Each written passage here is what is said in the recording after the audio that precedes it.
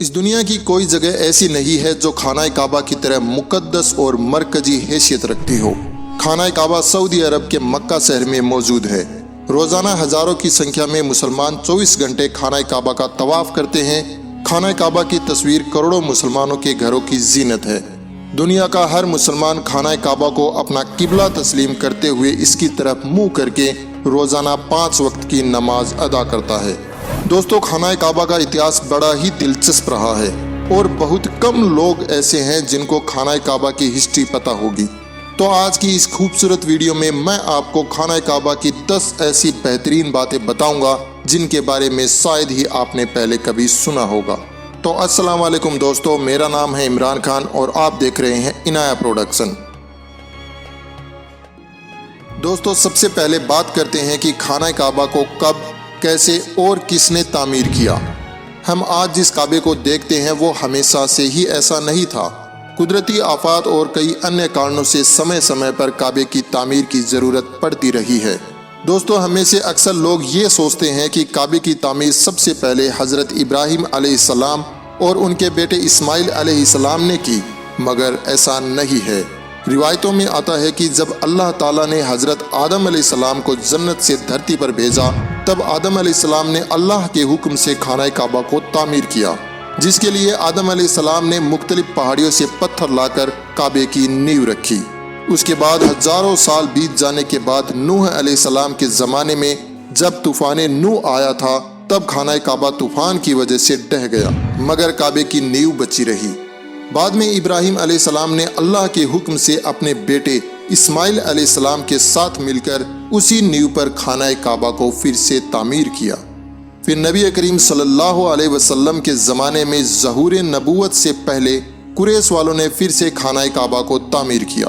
قریش کے لوگ اکثر حرام طریقے سے پیسہ کمایا کرتے تھے، مگر انہوں نے قسم کھائی تھی کہ کعبہ کی تعمیر صرف حلال پیسے سے ہی کریں گے، مگر وہ پوری طرح سے کامیاب نہ ہو سکے اور وسائل کی کمی کے کارن کعبے کی چھت کا کام ادھورا ہی رہ گیا۔ اس کے بعد جو تعمیر ہوئی وہ سیدنا عبداللہ بن زبیر رضی اللہ عنہ کے دور میں ہوئی۔ پھر آخری بار عبد الملک بن مروان کے کہنے پر حجاج بن یوسف نے قریش کے بنائے کعبے کو گرایا اور اسی نیو پر پھر سے خانہ کعبہ کو تعمیر کیا، اور آج ہم جس خانہ کعبہ کو دیکھتے ہیں وہ اسی وقت سے تعمیر کیا ہوا ہے۔ دوستو، نبی کریم صلی اللہ علیہ وسلم کے زمانے میں کوئی بھی مسلمان خانہ کعبہ میں آ جا سکتا تھا اور عبادت کر سکتا تھا۔ خانہ کعبہ ہفتے میں 2 بار عوام کے لیے کھولا جاتا تھا، مگر آج کے وقت میں مسلمانوں کی تعداد اور دیگر وجوہات کے چلتے سال میں صرف 2 مرتبہ ہی خانہ کعبہ کو کھولا جاتا ہے۔ اس میں بھی صرف اعلیٰ شخصیات اور خاص مہمان ہی خانہ کعبہ میں داخل ہو سکتے ہیں۔ دوستو، کیا آپ کو پتا ہے خانہ کعبہ میں پہلے 2 دروازے ہوا کرتے تھے؟ ایک خانہ کعبہ میں داخل ہونے کے لیے اور دوسرا باہر نکلنے کے لیے، اور ایک کھڑکی بھی ہوا کرتی تھی، مگر آج خانہ کعبہ میں صرف ایک ہی دروازہ رہ گیا ہے، اور یہ دروازہ سن 1979 میں لگ بھگ 300 کلو سونے سے بنایا گیا تھا۔ اس سے پہلے یہ دروازہ چاندی کا ہوا کرتا تھا اور جو پہلے کھڑکی ہوا کرتی تھی اس کو بھی ہٹا دیا گیا ہے۔ دوستو، آپ نے کبھی غور کیا ہے کہ حجر اسود ہمیشہ چاندی کے کوچ میں ہی کیوں گھرا رہتا ہے؟ کچھ لوگوں کا کہنا ہے کہ حجر اسود امویاد کی فوج کے ہاتھوں مارے گئے پتھر کے لگنے کی وجہ سے ٹوٹ گیا تھا جب وہ مکہ پر قابض تھے، جبکہ یہ جنتی پتھر عبداللہ بن زبیر کی ملکیت میں تھا۔ کچھ ذرائع کے مطابق حجر اسود بحرین سے تعلق رکھنے والے اسماعیلی گروپ کا خمارٹین کے ہاتھوں ٹوٹ گیا تھا۔ ان لوگوں کا یہ خیال تھا کہ حج مبارک ایک توہین پرستی والا عمل ہے۔ اپنی بات کو ثابت کرنے کے لیے ان لوگوں نے 10,000 حجاج کو مار کر ان کے جسموں کو آب زمزم کے کنویں میں پھینک دیا تھا۔ یہ غیر انسانی عمل کافی نہیں تھا۔ یہ شیطان حجر اسود کو عرب کے مشرق میں لے گئے اور پھر ایران کے شہر کوفہ میں لے گئی، جس کے عوض میں پیسے وصول کیے گئے۔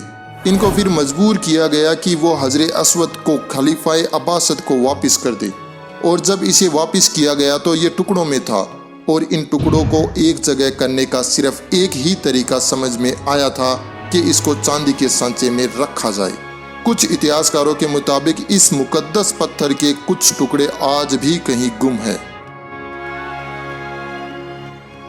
دوستو، کعبہ لفظ کا ارتھ ہوتا ہے کیوب، یعنی کہہ لیجئے چوکور۔ مگر کیا آپ کو پتا ہے کہ ابراہیم علیہ السلام کے وقت کعبے کے ایک سائیڈ کا حصہ گول ہوا کرتا تھا، جسے آج ہم حتیم کہتے ہیں۔ حتیم کعبے کا ہی حصہ ہے، اس لیے آج آپ دیکھتے ہوں گے کہ طواف کرنے والے لوگ حتیم کے اندر سے نہ جا کر بلکہ حتیم کے باہر سے ہی طواف کرتے ہیں۔ دراصل حضور نبوت سے پہلے جب قریش والوں نے خانہ کعبہ کی تعمیر کی تھی، تب وہ حلال مال اکٹھا کرنے میں ناکام ہو گئے تھے اور وسائل کی کمی کے کارن انہوں نے کعبے کے اس حصے کو چھوڑ دیا تھا۔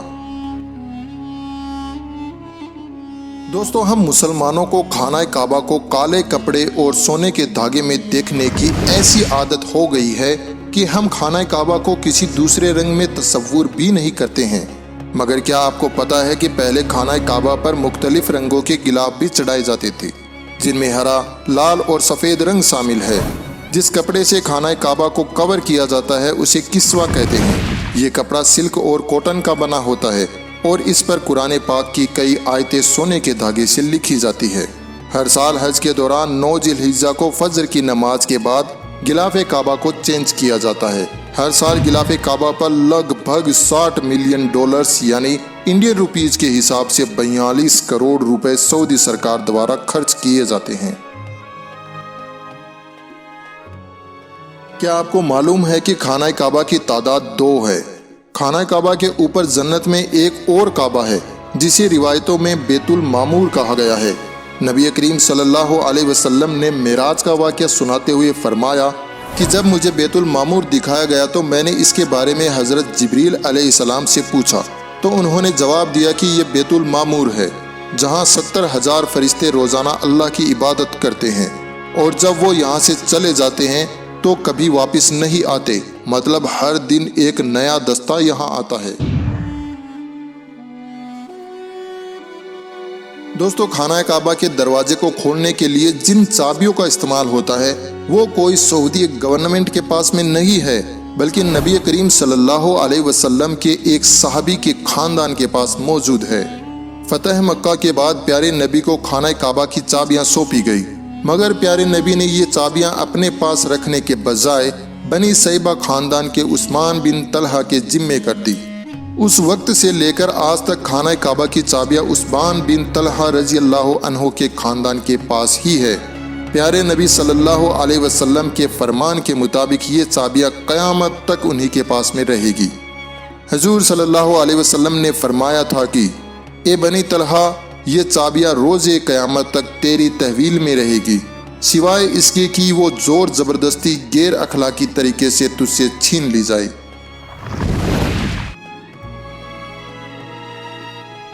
کئی سالوں تک لوگ یہ اندازہ لگاتے رہے کہ خانہ کعبہ اندر سے کیسا نظر آتا ہے۔